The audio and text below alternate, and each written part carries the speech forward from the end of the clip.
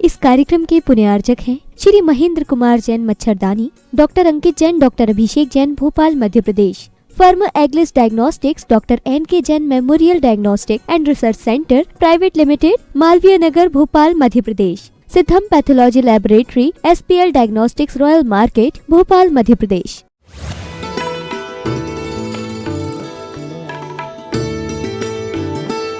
जहाँ फील्ड नहीं है, जहाँ कोई तैयारी नहीं है, वहाँ शून्य से तैयारी कर कर कुछ बिल्डिंग बनाओगे ठेकेदार जी, तो प्रशंसा है। बने बनाए में खेल रहे हैं। आज क्या किया हमारे पूर्वजों ने, हमारे चाहे श्रावक पूर्वज हो, चाहे श्रमण पूर्वज हो, उन पूर्वाचार्यों ने और पूर्व श्रावकों ने सब बना के फील्ड दे दी है। आज बनी बनाई फील्ड में हम खेल रहे हैं और अपने आप को बहुत बहुत बड़े मान रहे। नहीं, एक क्षण उन साधुओं की परिणति के बारे में भी सोचो और उन श्रावकों के भी बारे में सोचो, जिन्होंने उन साधुओं की, श्रमणों की सेवा करने में ही अपने जीवन को व्यतीत किया। आज ऐसे भी जीव है, आज ऐसे भी जीव है, पूरी उम्र निकल गई, 70, 75, 85 के पार भी हो गए, पर शायद उन्होंने कभी निर्ग्रंथ की चरण सेवा नहीं की, उनके हाथ पर कभी ग्रास नहीं रखा होगा। हाँ, है ऐसे जीव, है क्या? आपने भी तो देखे होंगे, आपने भी देखे होंगे ऐसे जीव जिनके घर में बिना पड़गान किए, नगर में साधु पहुंचे जिनके घर में बिना पड़गान किए कभी मुख में ग्रास नहीं रखा जाता था, वह आज मुंह फेर कर कहीं अन्यत्र पहुंच जाते हैं। क्या करें? भीतर की श्रद्धा की कमी जीव को बहुत कुछ करा देती है, बहुत कुछ करा देती है। वह बाहर के राजनेता, अभिनेताओं की तो कीमत है कि नहीं? पुष्पेन जी, एक राजनेता, खबर मिल जाए राजनेता आ रहा है, और बहुत बड़ा राजनेता, क्या कोई पता ही चल जाए कि मोदी जी आ रहे हैं, बैठे रहोगे? नहीं, बैठे हुए से 50 लोग तो गेट पर खड़े हो जाएंगे, अरे मोदी जी आए उनको लेने के लिए। पर कभी मोक्ष मार्ग के नेता को लेने के लिए हम अपना काम छोड़कर खड़े हुए? वहाँ तो वो राजनेता आने वाला था, राजनेता नहीं, अभी कोई बहुत बड़ा अभिनेता आ जाए ना तो 50 नहीं 200 लोग खड़े रहेंगे, अरे अभिनेता आ रहा है। ये तो साक्षात मोक्ष मार्ग के नेता थे। कभी उनके सम्मान में, कभी उनकी अगवानी में, कभी उनके सेवा में हम हर पल तत्पर होने का प्रयास कर पाए? नहीं कर पाए। सर्वत्र हम यही परीक्षा करते रहे, कौन कहाँ, कौन कैसा, कौन कैसे। अरे मैं कैसा? मैं श्रावक हूँ, मेरा कर्तव्य क्या है? मुझे तो मात्र निर्ग्रंथ भेष देकर उनकी सेवा करनी थी। ये भाव मैं कब ला पाऊंगा? थोड़ा सा अपने भावों को, अपनी श्रद्धा को टटोल कर देख लो कि वो श्रावक भी जब धन्य हो जाता है, जो निर्ग्रंथों की चरण सेवा में और जीवन को समर्पित कर लेता है, फिर वो श्रमण और वे साधु कितने महान होते होंगे। अरे एक ही अनेक कितने दृष्टांत माँ पुराणों में नहीं पढ़ा क्या? कितने महान श्रावक हो चुके, जिन्होंने अपना घर, परिवार, व्यापार सब कुछ छोड़ दिया। और ऐसे भी श्रावक हुए, साधु की विषमता आई, साधु ने कह दिया नहीं, अब मैं आगे चल नहीं पाऊंगा, विहार नहीं कर पाऊंगा। एक खेत में, हाँ सत्य घटना कह रहा हूँ, आचार्य शांति सागर महाराज ने कह दिया कि मैं आगे बढ़ नहीं पाऊंगा, अब समय नहीं बचा है, चातुर्मास करना है। उन्होंने कहा कोई बात नहीं, ये खेत में रुकना है। रातों रात उन्होंने खेत में व्यवस्था की और 4 महीने खेत में ही साधु को विराजमान करके उनका चातुर्मास करवाया। आज बनी बनाई फील्ड में भी, बने बनाए धर्मशाला, बनी बनाए मंदिरों में हम व्यवस्था करने के लिए संकोच करते हैं। ये नहीं, वो नहीं, ऐसा नहीं, वैसा नहीं। कहाँ जा रही परिणति? कहाँ जा रही है हमारी श्रद्धा, विचार करो। श्रावक धर्म को समझो, श्रवणों श्रवण धर्म को समझो। इसलिए युगपत कुंद कुंद भगवान दोनों पर उपकार करते हुए कह रहे हैं कि ज्ञानियों समझो। श्रावक बने हो तो श्रवणों के प्रति, गुरुओं के प्रति श्रद्धा बनाए रखो, और साधु बने हो, श्रमण बने हो तो ऐसा काम करो कि श्रावकों की श्रद्धा टूट ना पाए। एक को नहीं, दोनों को समझा रहे हैं। श्रावक बने हो तो तुम दुनिया के विकल्पों में आकर अपनी श्रद्धा को तोड़ मत लेना, और श्रावक नहीं साधु भी बने हो ना तो ऐसा काम जीवन में कभी मत कर लेना जिससे तुम्हारी चर्या को देखकर सामने वाले के भाव बिगड़ जाए, उसकी श्रद्धा टूट जाए। क्योंकि दोनों एक दूसरे के पूरक शब्द है, श्रावक और श्रवण, श्रवण और श्रवणोपासक। क्या अद्भुत परिणति और क्या अद्भुत साधना होगी उस जीव की जो साक्षात अपने आप को समयसार बनाना चाहता है। ग्रंथ समयसार नहीं, समय यानी आत्मा, और इस आत्मा का सार प्राप्त करने का पुरुषार्थ करने वाला वह कारण समयसार निर्ग्रंथ साधु होता है। वे तीर्थंकर, अरिहंत, सिद्ध ये कार्य समयसार हो चुके हैं, निर्ग्रंथ कारण समयसार है, और आप उनके उपासक समयसार उपासक हो। क्या है हम उपासक? कितनी उपासना, कितनी आराधना और कितना हमने उनके चरणों में बैठकर उनकी सेवा के साथ अपने आत्मा का कल्याण करने का भाव रखा। कठिन नहीं है, कठिन नहीं है, कठिन नहीं है ठेकेदार जी। किसी महल को, किसी बिल्डिंग को, किसी बहुत ऊंची दीवार को भी खड़ा कर लेना, उसका निर्माण कर लेना बहुत कठिन नहीं है, पर अपने भावों का निर्माण करते हुए निर्माण मार्ग पर चल लेना बहुत कठिन है। बिल्डिंग का निर्माण कर लेना बहुत आसान है, कर लोगे विजयन जी। चंद पैसे दे देंगे, वह मानस स्तंभ खड़ा हो जाएगा। खड़ा कर रहे ना, चंद पैसे दे देंगे, रुपया टका दे देंगे, वो आदमी आएगा खड़ा करके चला जाएगा। पर उस मानस स्तंभ की निर्माण के साथ, मानस स्तंभ के निर्माण के साथ मेरे भाव मान को स्तंभित करते हुए निर्वाण जाने के कितने हो रहे हैं, इसके बारे में भी हम विचार करें, इसके बारे में भी विचार करें। आज तो श्रावकों को नहीं, आज तो कुंद कुंद भगवान साधुओं को भी समझा रहे हैं, ज्ञानी तू मात्र निर्माण में मत लग जाना। ये ईट चोने का निर्माण तो एक श्रावक भी करना जानता है, पर निर्वाण के साथ साथ अगर तू निर्वाण की बात करना जानता है तो ही तुम्हारा साधुपना है, अन्यथा नहीं है। क्या कर लिया? बहुत ऊंची दीवार, बहुत ऊंची बिल्डिंग, बहुत सुंदर मठ मंदिर खड़े कर लिए। ये तुम मोक्ष मार्ग के नेता थे, किसी समाज, किसी मंदिर के नेता नहीं। किसी समाज, किसी मंदिर के नेता नहीं हो। तुम अपने आप को निर्वाण मार्ग पर लगाने का पुरुषार्थ कर, निर्माण तो होता रहेगा। प्रेरणा देना, आशीर्वाद देना, मार्गदर्शन देना भिन्न विषय है, पर पुनः पुनः पेरते रहना। पेरना नहीं जानती बुखारिया? पेरना सही बात नहीं है।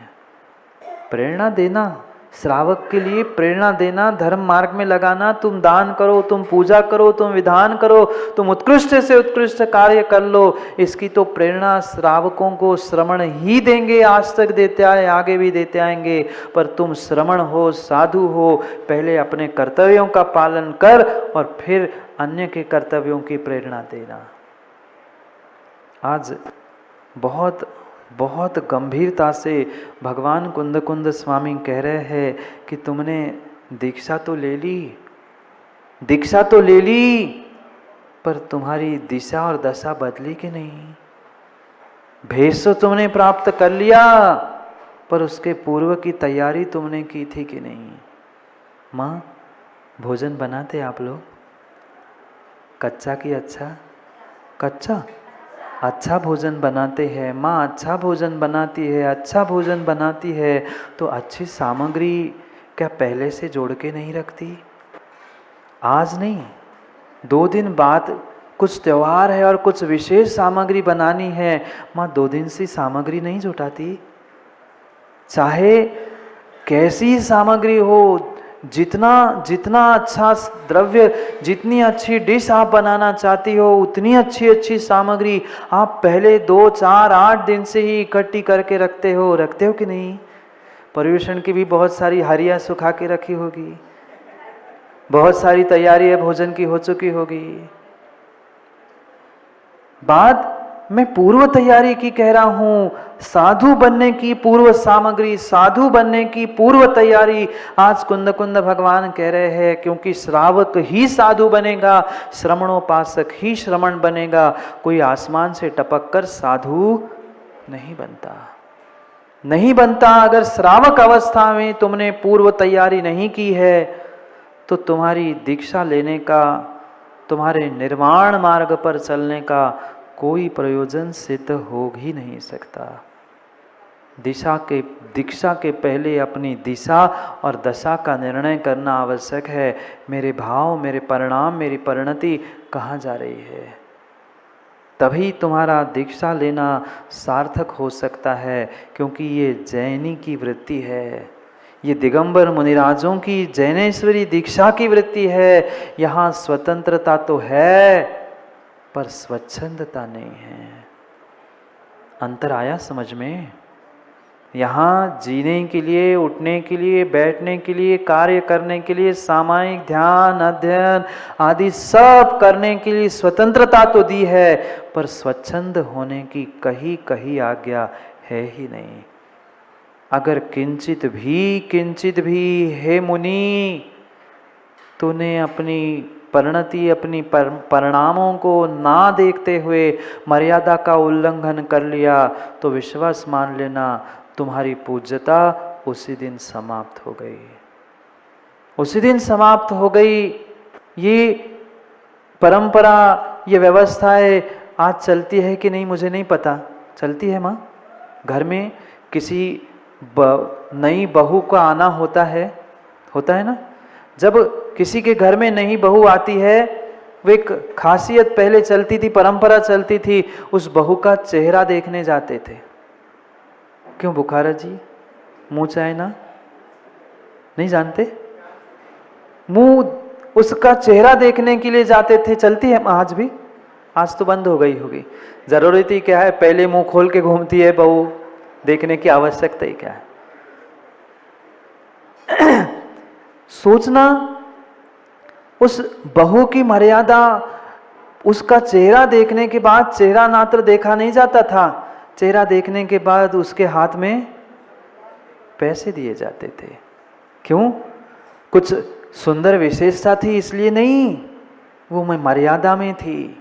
और मर्यादा का फल था कि पल्लू लेकर, वह घूंघट लेकर बैठी थी बहू, तो उसको देखने के लिए लोग आते थे, पैसे देके जाते थे।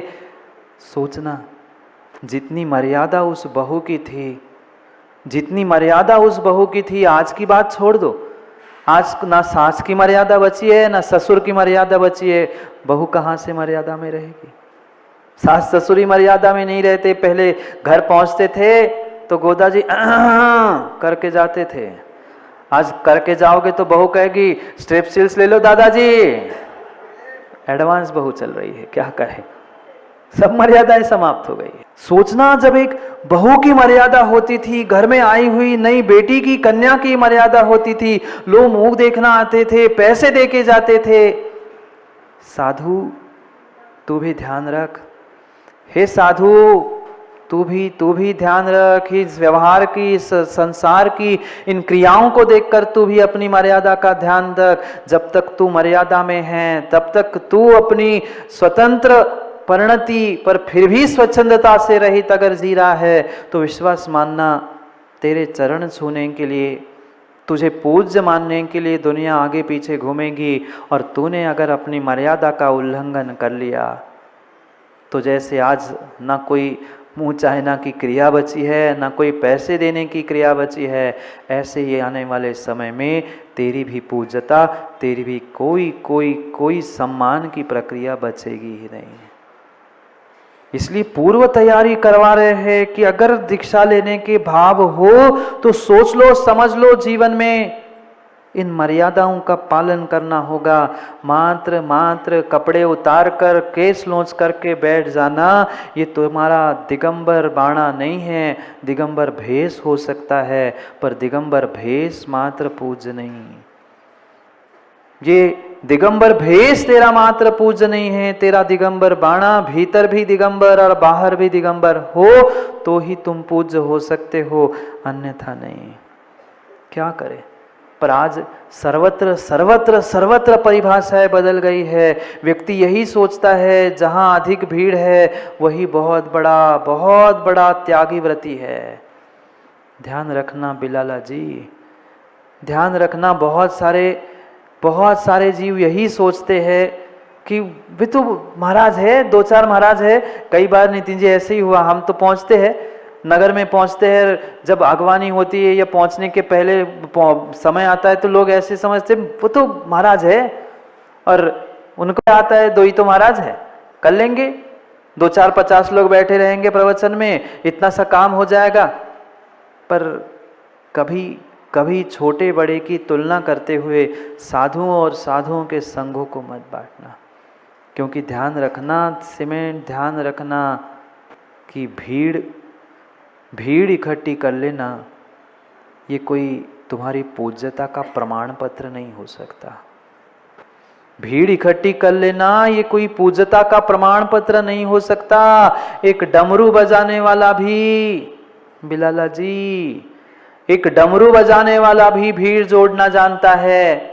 एक त्रियंच को भी लेकर आगे पीछे घुमाने वाला भी भीड़ जोड़ना जानता है। भीड़ जोड़ लेना ये कोई पूज्यता का प्रमाण पत्र नहीं है। पूज्यता का प्रमाण पत्र नहीं है। पूज्यता भीड़ से नहीं, पूज्यता भेष से नहीं है, पूज्यता शरीर से नहीं है। पूज्यता अगर किसी से है तो पूज्य तेरे भावों से है। हे साधु, कभी भीड़ को देखकर भीड़ मत जाना।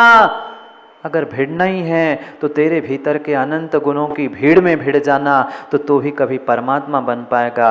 बाहर के भीड़ में उलझ गए तो कभी तेरा कल्याण हो नहीं सकता। कभी तेरा कल्याण हो नहीं सकता, कभी कल्याण नहीं हो सकता। पर फिर भी आज होड़ लगी है, फिर भी स्पर्धा लगी है। ये चक्रेश भैया जैसे भी लोग कहते हैं आज मैं जगत गुरु, बुरी नहीं मानना, पर ऐसे लोग हैं जगत गुरु। पूछा एक व्यक्ति से तू जगत गुरु कैसे? एक नगर में पहुंचा व्यक्ति और अपने आप को मैं जगत गुरु और पहुंचे होंगे चक्रेश भैया जैसे कोई व्यक्ति और पूछते हैं तू जगत गुरु कैसे? मैं तो तुम्हें मानता नहीं हूं, तू कहां से जगत गुरु? अपने आप को जगत गुरु कह रहा है। जगत गुरु का अर्थ क्या होता है? पूरा जगत जिसको मानता है वो जगत गुरु। जब हमारे तीर्थंकरों को तो जगत पूज्य नहीं कहा गया, पर फिर भी तू अपने आप को सब कुछ मान रहा है। क्या हो रहा है आज? छोटा सा भी अंकुर नहीं निकलता, छोटा सा अंकुर निकलता है, चाहे श्रावक हो चाहे साधु हो, वह अपने आप को सब कुछ मानता है। मैं ही हूं, मैं अगला तीर्थंकर, मैं ही भगवान। नहीं, वो भी नगर में पहुंचा था और अपने आप को जगत गुरु कह के पूरे उस नगर को अपने अधीनस्थ करने का प्रयास कर रहा था। क्योंकि जितना नया बड़ा ब्रांड होता है, क्यों?